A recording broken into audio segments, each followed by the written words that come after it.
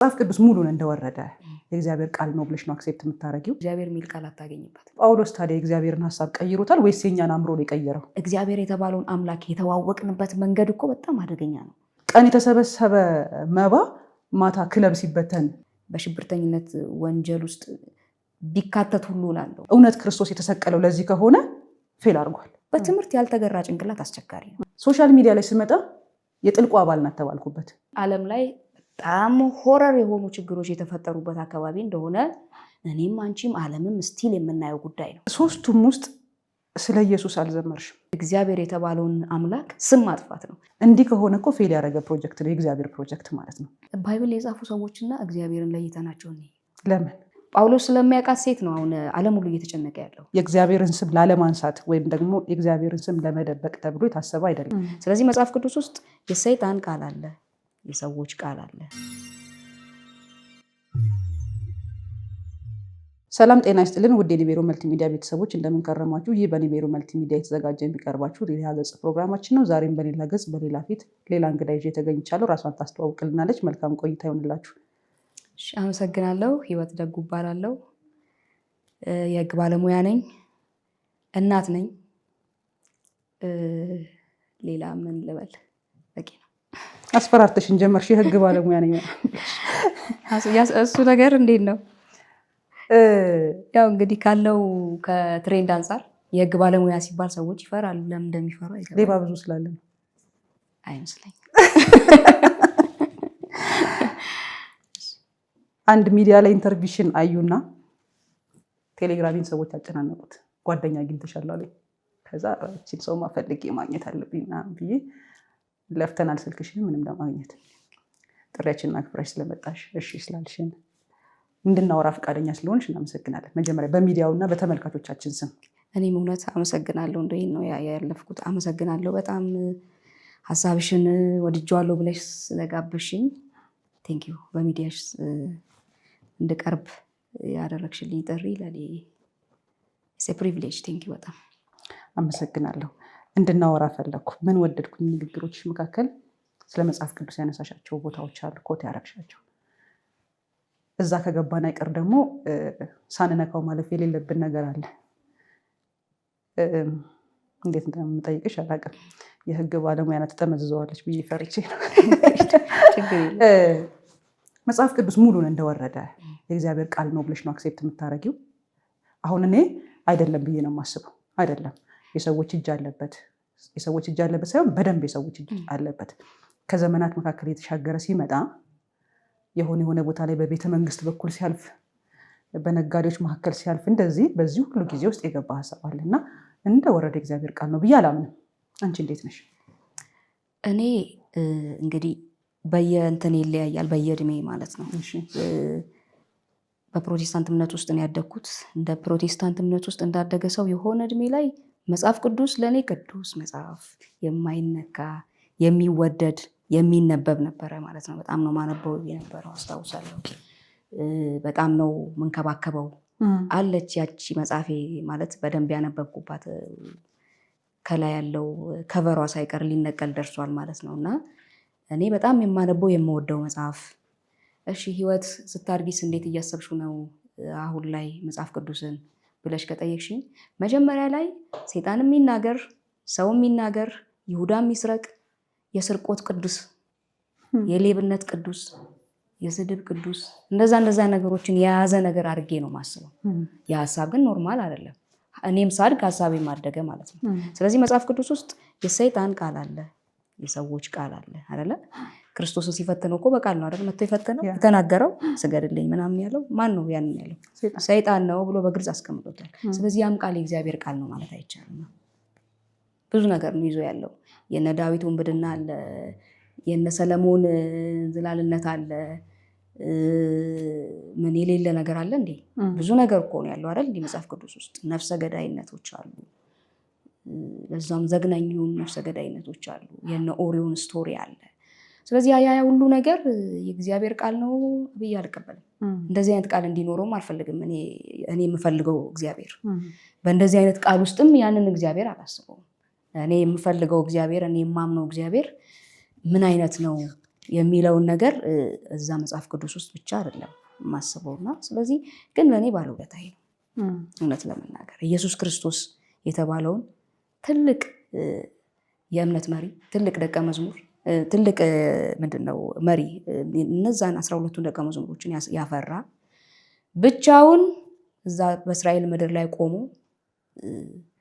ተሰቅሎ እስከተሰቀለበት ጊዜ ድረስ እውነትን ይዞ ሲሟገት የነበረ ጄኒውን ጀንትል ፐርሶናሊቲ ያለው አንተ እንዲደረግልህ የምትፈልገውን ነገር አድርግ ብሎ ትልቅ ወርቃማ ነገር ኮት አድርጎልን ያለፈ ግልጽ ነው። የእሱ ስቶሪ አስተዋውቆኛል። አይ ላቭ ቢኮዝ ኦፍ ዳት። ከዛ ውጭ ምኑን ትወጂዋለሽ ባይብል ላይ ምኑ ደስ ይልሻል ብለሽ ብትይኝ ብዙ ነገሩ አስቸጋሪ ነው። እውነት ለመናገር ማለት ነው። ፌርነስ አታይበትም። የሆኑ ምድር ላይ ሚድል ኢስት ውስጥ የተፈጠሩ የሆኑ ሰዎችን የሆኑ ትራይቦችን ለይቶ እነሱን ብቻ የሚንከባከብ አይነት ነገር መስሎ ነው የሚታየው። መጨረሻ ላይ መጥተው ከክራይስት በኋላ የተፈጠሩት ናቸው እግዚአብሔር የተባለው አምላክ ፌር እንደሆነ እንድናውቀው ያደረጉ እነ ጳውሎስ ናቸው። ወንድ የለም ሴት የለም አህዛብ የለም አይሁድ የለም ምናምን ብለው የቀላቀሉን እንጂ ከዛ በፊት የነበሩት በአጠቃላይ የሆኑ ትራይቦች ምድር ላይ ከአንድ ሰው ከአንድ ግለሰብ የተገኙ ትራይቦች እነሱ ብቻ የእግዚአብሔር ወዳጆች፣ እነሱ ብቻ ለየት ያሉ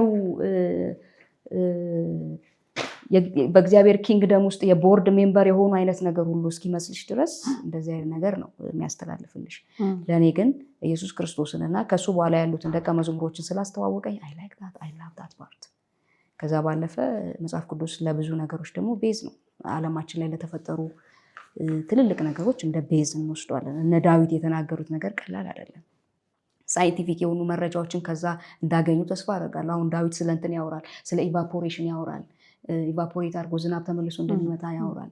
እነዛ ነገሮች ሳይንቲፊክ የሆኑ ብዙ ትልልቅ መረጃዎች ከዛ ሂንት እንደቀዱ ይሰማኛል። ስለዚህ መጽሐፍ ቅዱስን እንግዲህ እንደ ቀላል ነገር አላስበውም። ብዙ ነገሮች ያሉበት ነገር ነው። አንዳንዱ ነገሮችን ደግሞ እንቀበላቸውም መብት ነው። ያ ሚዛናዊ የሆነን ነገሮችን ማየት የሚከለክለን ነገር የለም። ሚዛናዊ እንዳንሆን የሚያደርገን ነገር አለ ተብሎ የሚታሰብ ከሆነ ደግሞ ጤናማ አይደለም። እንደዛ ነው የማስበው። ባይብልና ሴትነትስ?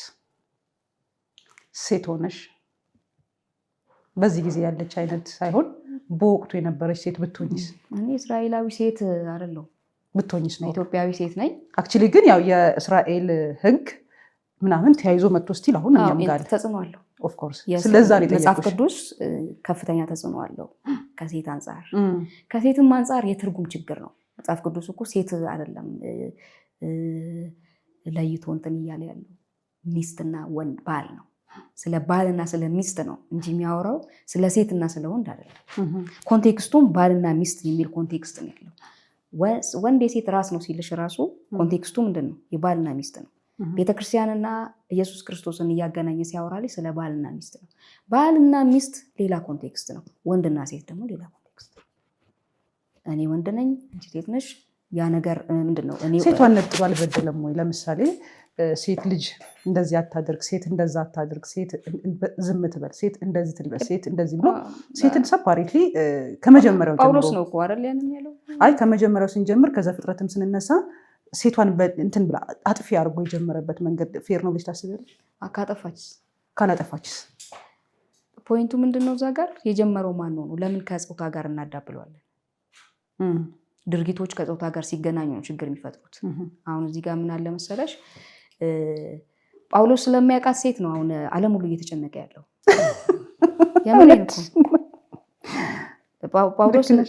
ጳውሎስ ሲጀመር ስለ ማግባትም አይፈልግም። ራሱን መግዛት ያልቻለ ነው ያግባ የሚለው። በጳውሎስ እይታ ሴሰኞች ብቻ ነው እንዲያገቡ የሚፈልገው። እሱ ማለት ራሱን ሰልፍ ኮንትሮል ፕሮብሌም ያለበት ሰው፣ ሰልፍ ማኔጅመንት ፕሮብሌም ያለበት ሰው ያግባ ነው በጳውሎስ ድምዳሜ እኮ። ባታገቡ ደስ ይለኛል። እንደሱ አስተሳሰብ እኮ ምድር ላይ ጋብቻ ያስፈላጊ እንትንም ዝርያም ያቆም ነበር ማለት የሰው ዘርም ያቆም ነበር። እሱ የጳውሎስ አስተሳሰብ ነው። የእግዚአብሔርን አስተሳሰብ ይወክላል ብዬ አላስብም። ምክንያቱም እግዚአብሔር እኛን በእንትናችን የሚያቀን በፆታችን እንትን የሚለን አይመስለኝም። እሺ ቅድም አንስተሽ ካለፍሽው እንደውም የጳውሎስ ስብከት ነው አህዛብ የለም ሴት የለም ወንድ የለም የሚለውን የቀላቀለን አሁን ሁለት የነበረውን ዓለም ወደ አንድ ያመጣው ጳውሎስ ትምህርት ነው እንጂ ከክራይስት የወሰደው ምናልባት ጳውሎስ አብሮ ላይሆን ይችላል በዛ ጊዜ ላይ ዞሮ ግን ከሱ በኋላ ያለው ሪቨሌሽን ነው ከክራይስት በኋላ የመጣው ሪቨሌሽን ገባኝ። ስለዚህ ልልሽ የፈለኩትኝ ላይክ በብሉይ ኪዳን የነበረው የእግዚአብሔር ሐሳብ አይሁድን ለብቻ የቀረውን አህዛብ ብሎ ሰፓሬትሊ የሚያይ እግዚአብሔር ከነበረ ጳውሎስ ታዲያ የእግዚአብሔርን ሐሳብ ቀይሮታል ወይስ የኛን አምሮ ነው የቀየረው? ባይብል የጻፉ ሰዎችና እግዚአብሔርን ለይተናቸው ነው።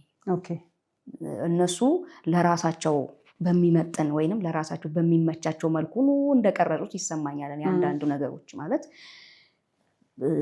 የሆነ ትራይብ እንግዲህ ስም መጥራት ስለማልፈልግ ባልጠራም ስለሚገባው ሰው የሆነ ትራይብ የእግዚአብሔር ቤተኛ የሆነ ትራይብ እግዚአብሔር የሚጠቀምበት እሱ ቢነካ ዓለም እንደምትናወጥ እንደፈለጉት ሊቀርጹት ይችላሉ እኮ እኛም እናውቃለን።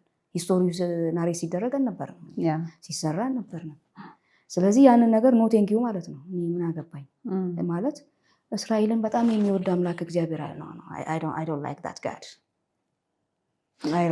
God ምክንያቱም እስራኤላዊ ብለሽ ስታነሺ ዓለም ላይ በጣም ሆረር የሆኑ ችግሮች የተፈጠሩበት አካባቢ እንደሆነ እኔም አንቺም ዓለምም ስቲል የምናየው ጉዳይ ነው። ሶ ኢፍ ጋድ ኢዝ ከዛ ታፔላ ጋር እግዚአብሔር የሚለጠፍ ከሆነ ጥያቄ ይፈጥራል። ጤናማ አይደለም። ኦኬ ምክንያቱም የሰው ልጅ ሁሉ በእግዚአብሔር ፊት እኩል ነው። ሰዎች እኩል ናቸው ተብሎ ነው መታሰብ የሚኖርበትም ወይም መሆንም ያለበት። ግን እግዚአብሔር የኛ ነው ብሎ ልቅምቅም አድርጎ ስለ እግዚአብሔር አውቶሪቲ ስለ እግዚአብሔር ማንነት ጠቅልለው ከራሳቸው ጎን ያሰለፉት እነዛ ትራይቦች ማን ናቸው ብለሽ ስትጠይቂ ደግሞ ይሄ ብላስፌሚንግ ነው ማለት እግዚአብሔር የተባለውን አምላክ ስም ማጥፋት ነው። ወይ የነሱ እግዚአብሔር ብለው ለራሳቸው እግዚአብሔራቸውን እዛው ያዙልን እንጂ እንደዚህ አይነት እግዚአብሔር አስቸጋሪ ነው። አሁን እሱ እግዚአብሔር አሁን ለእኔ ይቸግረኛል። ኢማጂን መቀበል ይከብድሻል። ያው ገብቶ ላይ እዛ ጋዛ ሰርጥ ላይ የተፈጠሩ ሰዎችን የሳምሶንን ሚሽን ልናስፈጽም ነው በሚል አይነት እሳቤ ኢኖሰንት ህፃናት ኮንሱም የሚደረግበት አይነት እሳቤ ጭንቅላት ውስጥ ተሸክሞ እንደዚህ አይነት አስተሳሰብ ተሸካሚ አይነት ሰዎችን ሰፖርት የሚያደርግ ነው ይሄን ዩኒቨርስ የፈጠረው አምላክ ብዬ ለማሰብ ይቸግራል። ዘማሪ ነሽ ግን ቅድም ህግ ባለሙያ ብቻ ብለሽ ዘጋሽው። ዘማሪ ነሽ። ከመዝሙሮች የትኛው ነው በጣም የምትወጂው?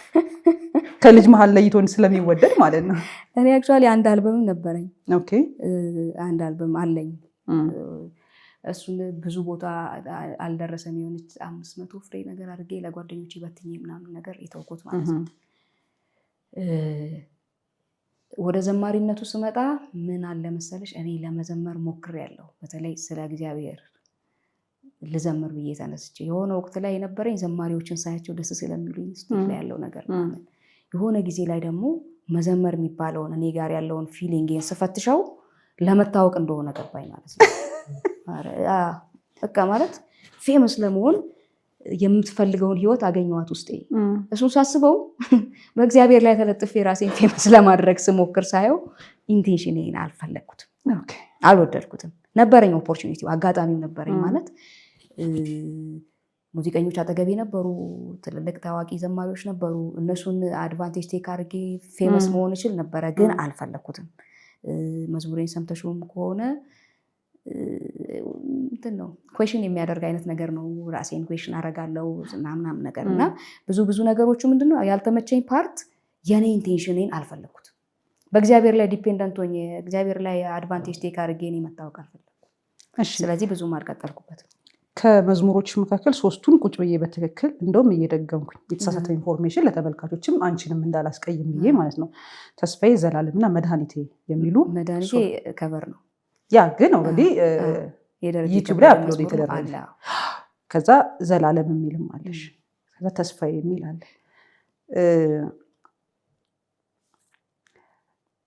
ሶስቱም ውስጥ ስለ ኢየሱስ አልዘመርሽም። ለምን? ማንኛውም ጴንጤ ወይም ፕሮቴስታንት አማኝ ለኢየሱስ ይዘምራል እና ሶስቱም ውስጥ ብጠብቅ ኢየሱስ የሚል አልነበር። ሙሉ አልበም የምትሰሚ ደግሞ እግዚአብሔር የሚል ቃል አታገኝበት። ያ እሱንም በኋላ ነሳዋለሁ ብዬ ነው። ፖይንቱ ምንድን ነው መሰለሽ፣ መዝሙር አሬንጅድ አይደለም፣ ፊሊንግ ነው። አሬንጅ አድርጌ የምሰራው ነገር አይደለም። ፊሊንግ ነው። ውስጥ ያለውን ነገር ነው ወደ ጽሁፍ ቀይሯለሁ እንደን ዘምሯለሁ። ያንን ስዘምር ግን እግዚአብሔር የሚለውን ቃል ለመጠቀም የሚፈጥርብኝ አይነት ስሜት አልመጣብኝም። እንታዲያ እንዴት መዝሙርን በለው?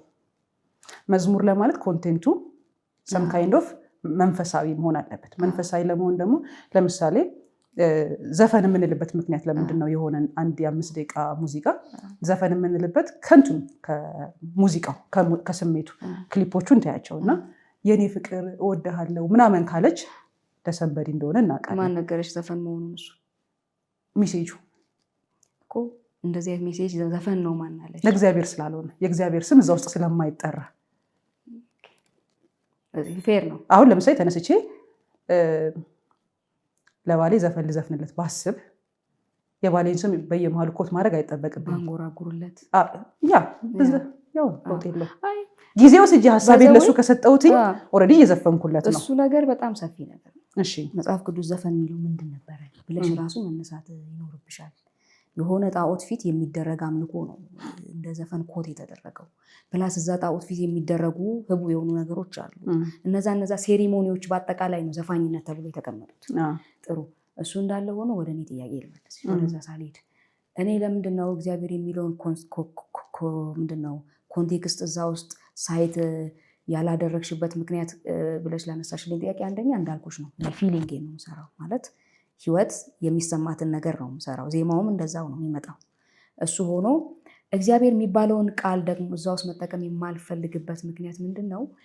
እኔ ውስጥ ያለው እግዚአብሔር የምለው አምላክ የምለው እኔ የተከተልኩት አምላክ የፈጠረብኝን ማንነት ሁሉም ፍጥረት ቢሰማው ብዬ ስለማስብ ነበር። በዛ ጊዜ የትኛውም እምነት ተከታይ ማለት ነው፣ ሙስሊሙ ምኑም እግዚአብሔር በሚባለው ቃል ሪጀክት ቢያደርገውስ ምናምን ብዬ ስለማስብ እንደዚህ አይነት ተውት ነበር ቲኔጅ ላይ ያለው ማለት ነው። የቲኔጅ ድሪሜ ነው።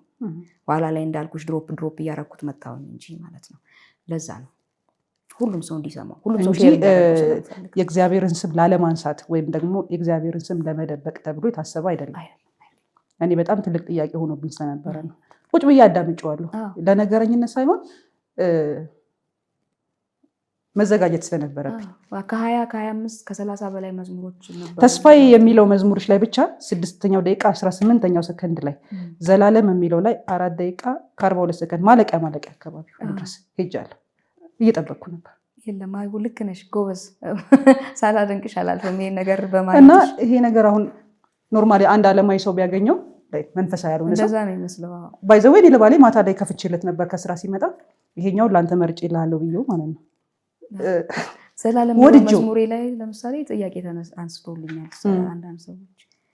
ታገሳለሁ እንዴት ይዋለሽ እግዚአብሔር ያ እሱን ነው እንደውም ቆይ ያስኩትን አንድ ሀሳብ ልንገርሽ። እንደውም ምንም ነገር ቢሆን ሮጠን እንይዛለን የቀሚስን ዘርፍ። ስለ አለባበስ ራሱ ዲስ ታይም እንደዚህ ነው ማሰብ ያለብን። አክቹሊ እንደዛ ስለሆነ ዋጋችንን ተምነን ነው ይላል።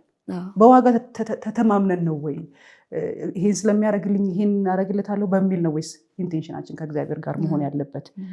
ሌላ ደግሞ ምንድን ነው ቁጭ ብዬ ስላዳመጥኩ ነው ቃል ኪዳን የገባ ነው የገባሁት የሚል ነገር አለ። ከእግዚአብሔር ጋር ምን አይነት ቃል ኪዳን ተገባብተሽ? እኛ ሁላችን ብናገኘው ቃል ኪዳን ብንገባባ ደስ ስለሚለን ማለት ነው። ይሄ ሁሉ ሰው ጨዋታ አሁን የኔ ሁሉ ይሄ በዚህ ሁሉ ሰው ፊት የተጠላሁበት ምክንያት እግዚአብሔርን ፐርሰናሊ ማወቅ አለብኝ ነው። ገብቶሻል? እግዚአብሔርን ፐርሰናሊ ለማወቅ ሰንበዲ እዛ ጋር እግዚአብሔርን የማወቅ መብት ካለው እኔን ማንም ሊከለክለኝ አይችልም። ቅድም እንዳልኩሽ ነው። ስለዚህ እኔ ይሄን ስትጽፊ ዝም ብለሽ ስላልጻፍሽ እንዴት ቃል ኪዳን ተግባባችሁ? እሱን ቶፒክ ነው የምፈልገው። ኦልራይት ህይወት የምትባል አንድ ግለሰብ እግዚአብሔር ከሚባለው አምላክ ጋር ህይወት ስትጀምር መሀላችን የሆነ ሰው ገብቶ ቃል ኪዳን ባያስገባንም ቃል ኪዳን ነበረኝ ነው። ዊዛውት ኮቨናንት እግዚአብሔር ከምለው አምላክ ጋር አልጀመርኩም ነው ፖይንቴ። ስለዚህ እንዴት ነው የሚሆነው መሰለሽ? ስፒሪቹዋል አይደለ ላይፋችን፣ መንፈሳዊነት አይደለ? ወደ መንፈሳዊ ላይፍ ውስጥ ስትገቢ ኮሚትመንት አለ። ያን እኮ የኔ ቃል ኪዳን እሱ ነው፣ ኮሚትመንት ነው እንጂ ይሄ እንደሚወራው ምናምን ይሄ ፕሮሰስ ተደርጎ ምናምን አይደለም። ቴንክ ዩ ክሊር እንዲሆንልኝ ነው ባይዘው። ለወደፊትም ደግሞ አሁን ሰዎች እያወቁሽ ሲሄዱ አፍተሮል ራስሽን እኮ ፕሮሞት እያደረግሽ ነው ሶሻል ሚዲያ ላይ እያወቁሽ ሲመጡ ጥያቄ ይነሳል። ለምሳሌ እኔ ይሄ የጋብቻ ቀለበቴ ነውና ባሌን ያደረገልኝ ሶሻል ሚዲያ ላይ ስመጣ የጥልቁ አባል ናት ተባልኩበት። ሲምፕሊ አሁን ይሄ ነገ ልክ አንቺ ዘማሪ መሆንሽ ሲታወቅ መዝሙርሽ መፈተሽ ይጀምራል። ህጸጽ የሚፈልግ ሰው ስላለ ዛሬ ክሊር እንድናደርገው ነው። አይታወቅም መቼ ቡም እንደምትይ ስለማይታወቅ፣ ስለዚህ ለዛ ብዬ ነው። ሌላኛው ደግሞ የማንም ልፋት በፊትህ ከንቱ ነው በእግዚአብሔር ፊት ማለት ነው። አንተ ይሁን ካላልከው ታዲያ ምን አስለፋን? እንደው ህይወት የገባሽ ነገር ካለ ባንሯሯጥ። እኔ አሁን እርፍ ብል ደስ ይለኛል። ነፍሴ ጥያቄ ባይኖራት በማየው ነገር እኮ ታደርጋለሁ በምሰማው ነገር። በዛ ላይ ደግሞ ስፔሻሊ የቸርችን ጉዳይ ሳስበው ስፔሻሊ ደግሞ በአሁን ሰዓት ያለችውን ቤተክርስቲያን ሳስባት ይሄ ነበር ወይ እውነት ክርስቶስ የተሰቀለው? ለዚህ ከሆነ ፌል አድርጓል።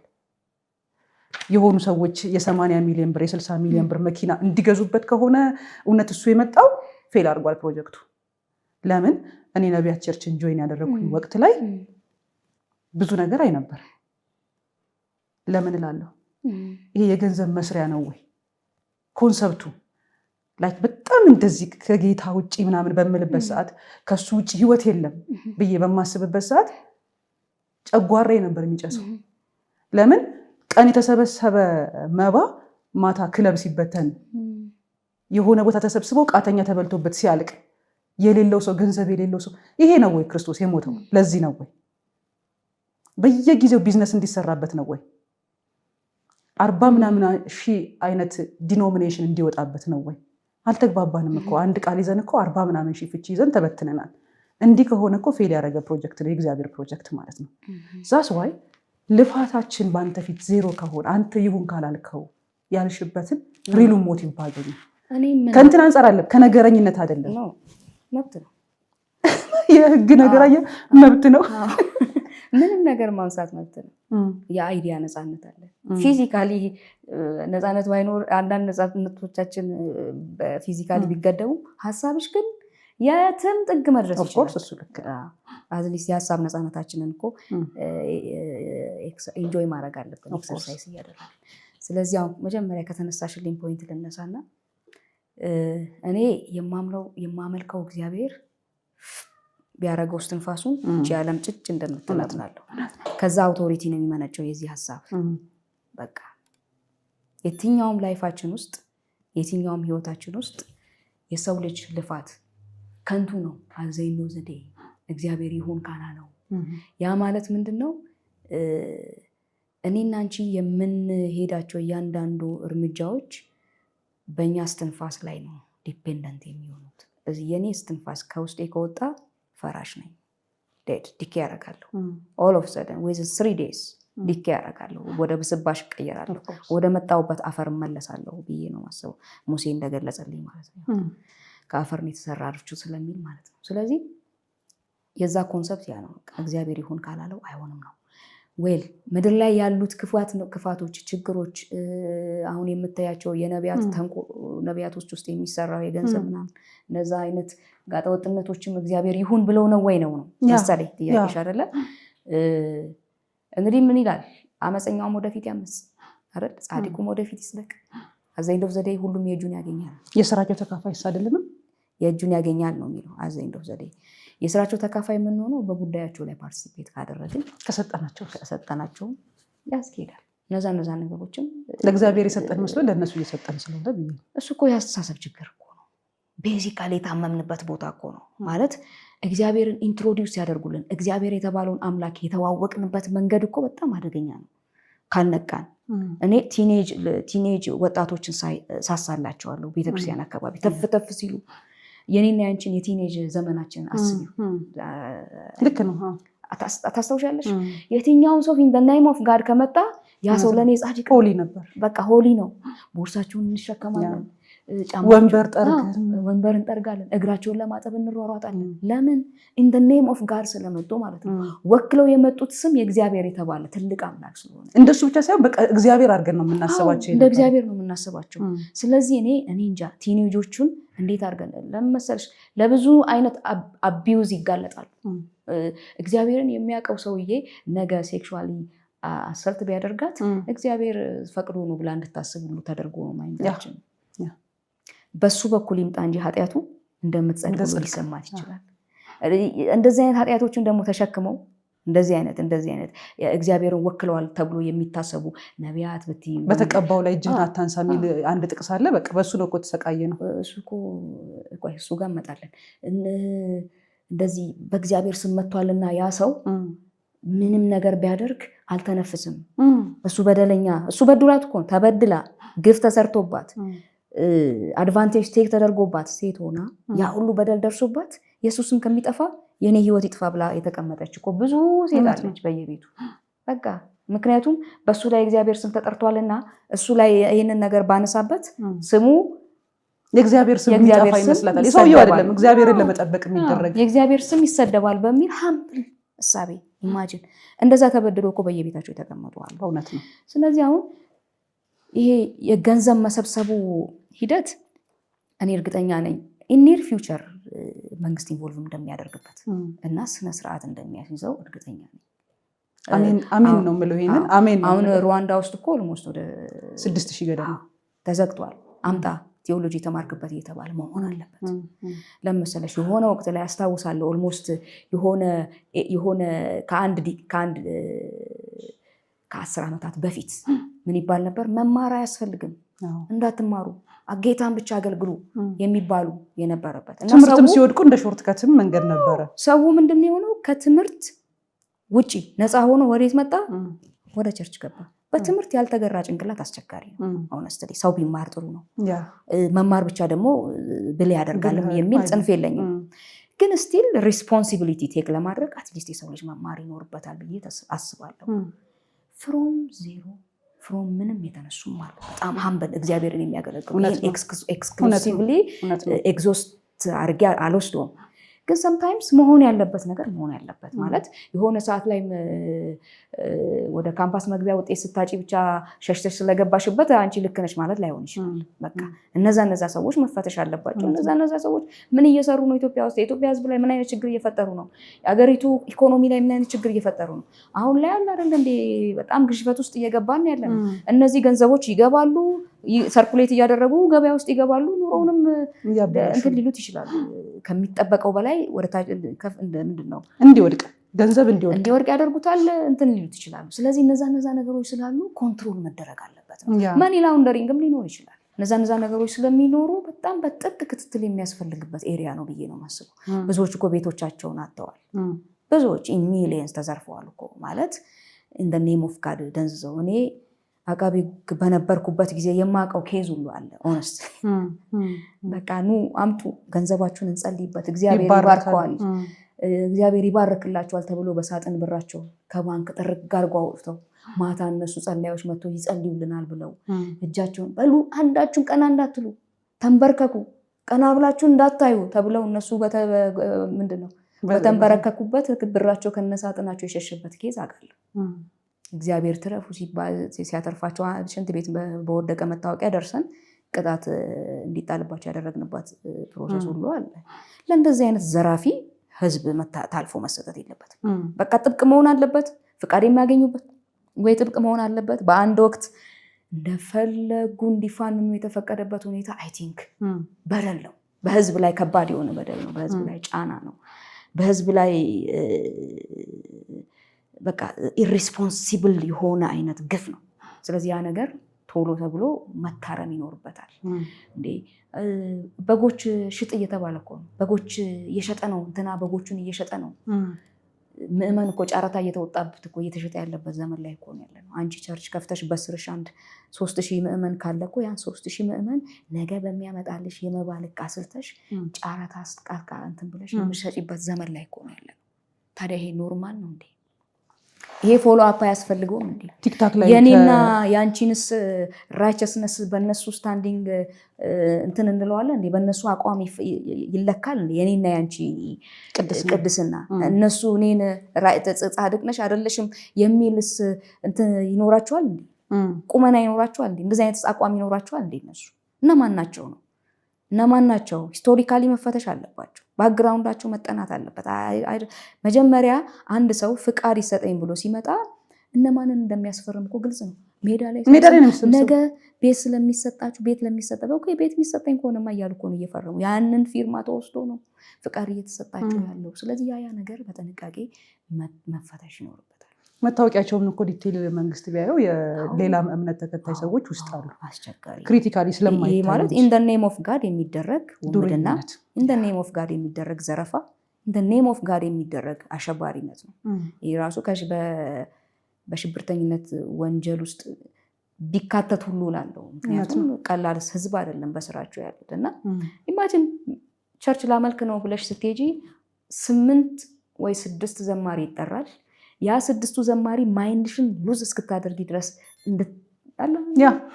እኔ ምክንያቱም የፕሮቴስታንት እምነት እንዲነካብኝ ስለማልፈልግ፣ ግን እነዚህ ደግሞ እንዲነኩ ፈልጋለሁ። ማይንድሽን ሉዝ እስክታደርጊ ድረስ አንድ ሰው እኮ ሲደክም፣ አንድ ሰው እኮ አቅም ሲያጣ በገንዘቡ ላይ ባለው እጁ ላይ ባለው ነገር እኮ የመወሰነ ብቃት የሚያጣል። ስለዚህ ምን ይደረጋል መሰለሽ? 5 እና 6 ዘማሪ በደንብ አድርጎ አዘምሮ ላብሽ በደከምሽበት ሰዓት መባ ይዞ ይገባል። የመባ መሰብሰቢያ ይዞ ይገባል።